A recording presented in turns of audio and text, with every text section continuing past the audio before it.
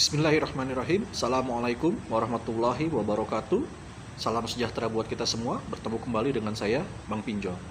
Baik, Bapak Ibu sekalian, sebelum kita mulai pembahasan kita kali ini, tidak bosan-bosannya saya meminta kepada Bapak Ibu sekalian, apabila Bapak Ibu sekalian kemudian merasa bahwa channel ini bermanfaat dan juga bermanfaat buat orang lain atau masyarakat banyak, maka jangan pernah ragu untuk mengklik subscribe, membunyikan lonceng, like video ini, dan kemudian men-share video ini kepada banyak orang, sehingga kemudian banyak orang juga yang kemudian bisa mengambil manfaat dari video dan channel ini. Bapak Ibu sekalian, pada kesempatan kali ini saya tidak akan membahas permasalahan hukum, saya tidak akan membahas bagaimana kemudian dampak hukum dari gagal bayar, bagaimana kemudian melakukan negosiasi, bagaimana kemudian aspek-aspek hukum di balik perilaku-perilaku kita terkait dengan kegiatan kita meminjam secara online. Pada kesempatan kali ini saya hanya ingin menyampaikan dan mengungkapkan rasa kecewa saya terhadap jawaban dan tanggapan otoritas jasa keuangan pada salah satu acara di Kompas TV pada waktu malam Jumat, di mana pada waktu itu di acara Rossi, yaitu menguak terkait dengan kejahatan pinjaman online. Pernyataan dan tanggapan dari otoritas jasa keuangan buat saya itu tidak menyelesaikan permasalahan. Sebelum itu, mari kita simak tanggapan dari otoritas jasa keuangan yang pada waktu itu disampaikan atau kemudian diwakili oleh Bapak Tonggam. Seperti ini. Tongam ya? Besarnya seperti itu. Jadi nggak mungkin ujuk-ujuk ya Pak Tongam? Sangat tidak masuk akal ya. Kemungkinan kedua mungkin mereka pernah posting di medsos berisi data kontak HP, kemudian nomor rekening. Tapi tentu tidak semua nomor HP itu akan diketahui. Atau ketiga alternatifnya mungkin dihack. Tapi ini juga sangat tidak masuk akal. Nah, kami katakan tadi memang kemungkinan pertama tadi pernah download. Karena apa? Karena kok mereka tahu nomor rekening dan semua data kontak di HP itu ini. Kita ketahui juga bahwa satu-satunya kekuatan dari pinjaman online ilegal adalah pada penguasaan data dan kontak di HP. Ini kekuatan mereka. Oleh karena itu, kalau kita sekali mengatakan mengizinkan mengakses semua itu, disitulah mula malapetakannya. Jadi ini yang utama. Memberikan data pribadi pada lembaga resmi saja itu belum tentu baik, apalagi memberikan data pribadi kita pada lembaga ilegal. Itu lagi. Nomor handphone itu kalau orangnya pintar sedikit bisa dilingkan dengan dompet digital yang kita miliki. Jadi nomor ini punya nggak GoPay, punya nggak OVO, punya nggak Dana begitu. Nah kalau punya bisa digunakan social engineering untuk melakukan take over akun. Ketika take over akun, kita punya data-data target lebih gampang. Oh Anda Bapak nomor KTP-nya sekian gitu. Pak barusan kami mengirimkan kode Pak ke handphone Bapak. Tolong dikirimkan, kita sudah update sistem dan Bapak dapat hadiah begitu. Ternyata itu ya ternyata dikirimkan OTP ya, one time. OTP ternyata, tapi kan tidak semua orang ngerti gitu. Yang paling parahnya bisa melakukan take over rekening bank, Mas. Gitu. Contohnya Bank Ilham Bintang kan. Orang punya data-data juga dengan menggunakan OTP tadi. Kalau bank nggak perlu pakai OTP, Mas, gitu. Kita cukup bawa bikin KTP palsu, punya nomor NIK, punya nama lengkap, tanggal lahir, alamat, ya kan? Kita ke operator, begitu. Semoga operator sekarang sudah kuat. Tapi kemarin kita bisa apply kartu, kemudian kartunya itu ternyata kita tahu punya SMS banking dan M-banking. Begitu kita install aplikasi, kita bisa take over isi rekening yang ada di dalam itu lewat telepon aja atau lewat aplikasi karena semua datanya dimiliki. Iya lewat aplikasi bisa gitu. Kan data ini kan bukan data single Mas gitu. Baik, Bapak Ibu sekalian, pernyataan dan tanggapan dari perwakilan OJK tersebut sebenarnya normatif tapi tidak menyelesaikan permasalahan di lapangan.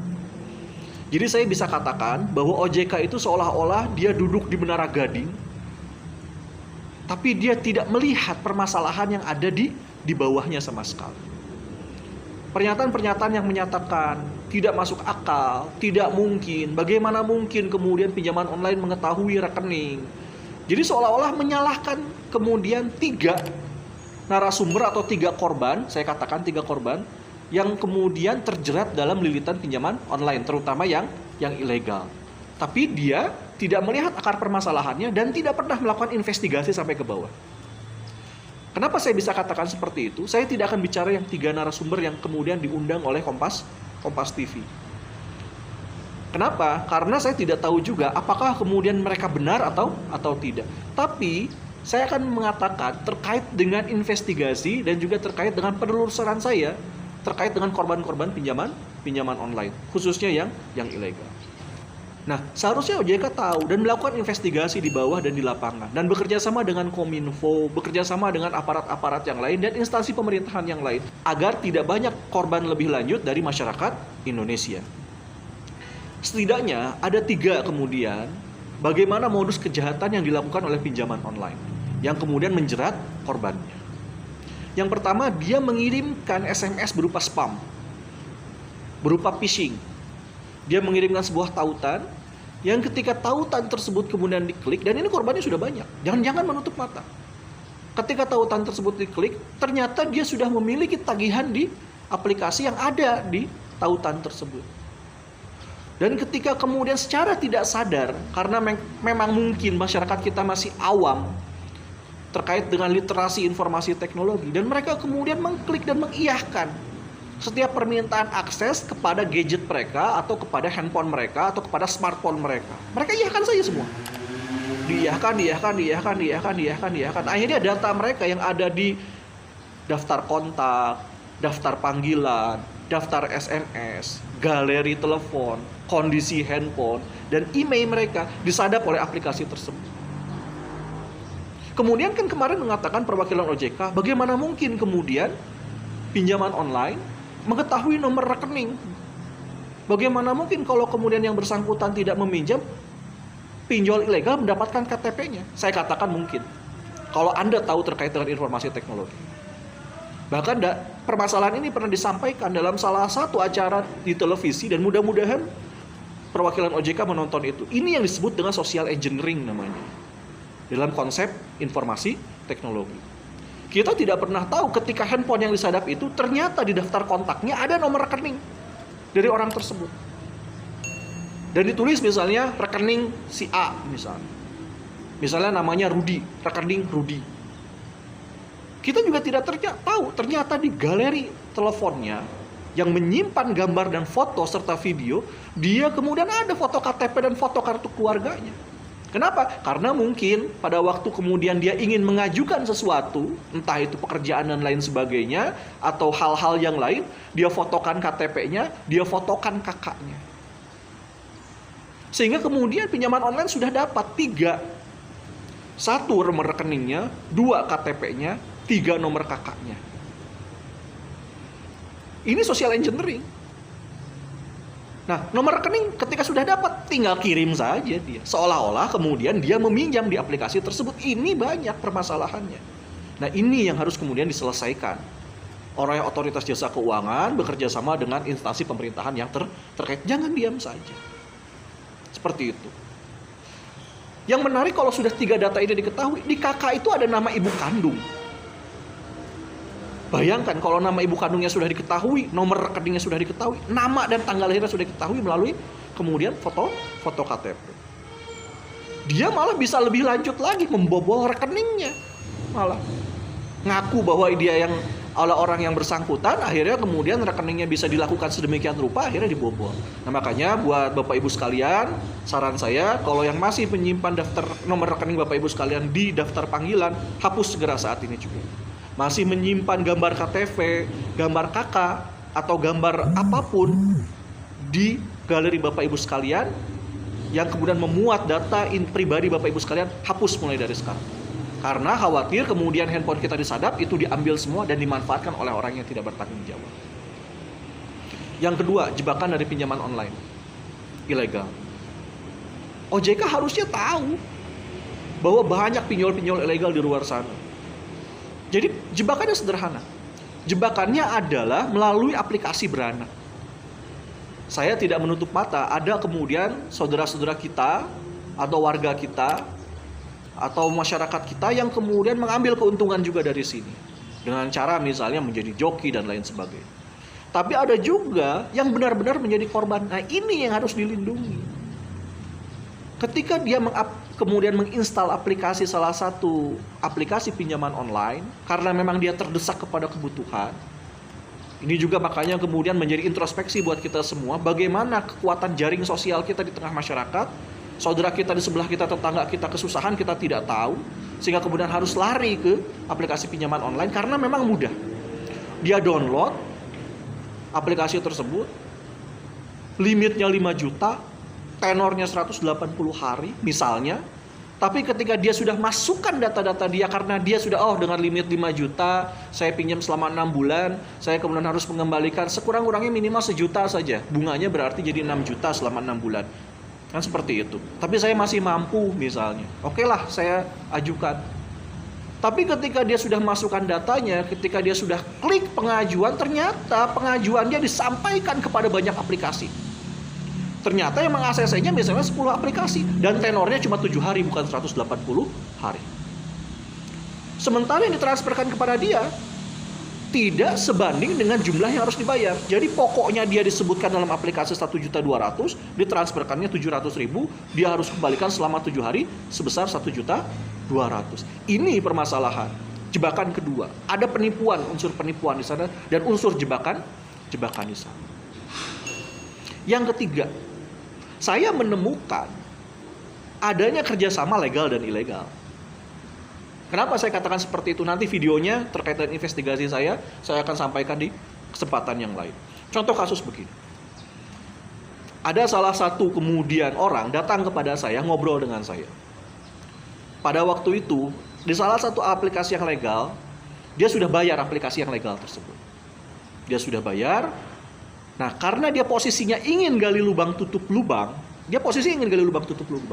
rencana dia bayar yang ini, gitu kan? Kemudian nanti dia pinjam kembali dari yang ini untuk menutup lubang yang lain. Saya tidak menganjurkan hal ini. Jadi ketika sudah terlilit dalam pinjaman online, hentikan gali lubang tutup lubang, stop berhutang, selesaikan satu persatu. Itu permasalahan itu akan selesai. Kalau Anda masih melakukan hal-hal yang tadi, gali lubang tutup lubang, kembali membuat hutang baru, permasalahan Anda tidak akan pernah selesai dan terus kemudian akhirnya menjerat dan melilit Anda. Nah, orang ini datang kepada saya. Dia ngomong, "Mas, kenapa saya selepas membayar di salah satu pinjol legal, kemudian pinjol legal tersebut setelah saya bayar, saya tidak bisa kemudian meminjam kembali. Saya ditolak oleh pinjol legal tersebut. Tetapi kemudian dalam aplikasi pinjol legal tersebut, kemudian saya diarahkan untuk meminjam di beberapa aplikasi yang ternyata aplikasinya adalah aplikasi pinjol ilegal dan juga aplikasi-aplikasi beranak yang berpotensi menjebak orang yang bersangkutan." Ini terjadi, 3 ini permasalahan ini. Tolong turun ke bawah, selesaikan permasalahan-permasalahan seperti ini. Tidak kemudian berbicara seolah-olah di Menara Gading dan menutup mata terhadap kejadian yang ada. Banyak sebenarnya permasalahan harus diselesaikan. Contoh misalnya, saya pernah kemudian menyinggung ini dan membahas ini dalam salah satu video saya. Regulasi yang dibuat para regulator untuk mengatur kegiatan pinjam-meminjam secara online dunia maya ini juga belum lengkap dan belum kuat.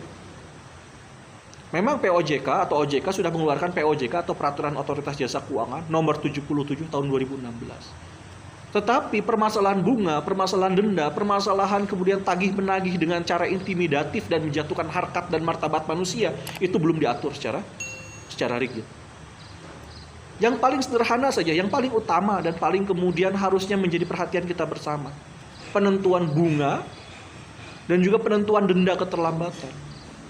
Yang mengatur bukan regulator, bukan pemerintah, tetapi yang mengatur adalah asosiasi. Di dalam apa? Di dalam surat keputusan bersamanya. Yang kalau kata KPPU ini berpotensi menimbulkan bisnis kartel. Walaupun permasalahannya adalah sampai sekarang kita juga tidak tahu kemudian perkembangannya seperti apa.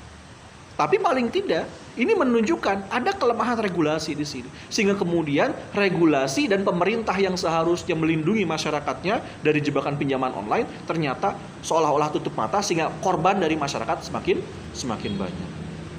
Terakhir dari saya, bagi teman-teman sekalian yang belum pernah kemudian meminjam dari pinjaman online, jangan pernah lakukan, baik yang legal maupun yang ilegal. Bagi yang sudah kadung terlanjur dan kemudian ingin keluar dari jeratan pinjol ilegal dan juga legal, tidak bisa tidak, teman-teman harus tadi saya sebutkan selalu berulang-ulang, berhenti gali lubang tutup lubang, 2, kemudian selesaikan satu persatu, restrukturisasi keuangan Anda. Kalau bisa Anda melakukan nego keringanan, lakukanlah nego keringanan, gitu kan.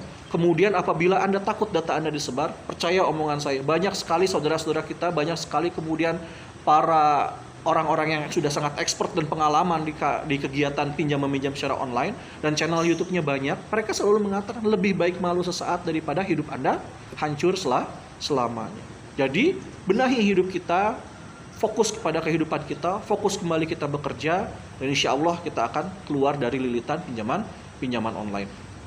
Pesan saya kepada pemerintah sederhana sekali, mewakili kemudian suara-suara korban dari pinjaman online yang tadi saya sebutkan modusnya ada beberapa hal, tolong kemudian sedikit peduli kepada mereka, keluarkanlah sebuah regulasi yang bisa melindungi semua pihak, baik masyarakat peminjamnya maupun para investornya, ini lindungi, cari kemudian titik temu di sana, sehingga kemudian permasalahan ini tidak berlarut-larut dan tidak ada korban lebih lanjut lagi di masa yang akan datang. Sekian dari saya, semoga bermanfaat. Billahi taufik wal hidayah. Assalamualaikum warahmatullahi wabarakatuh.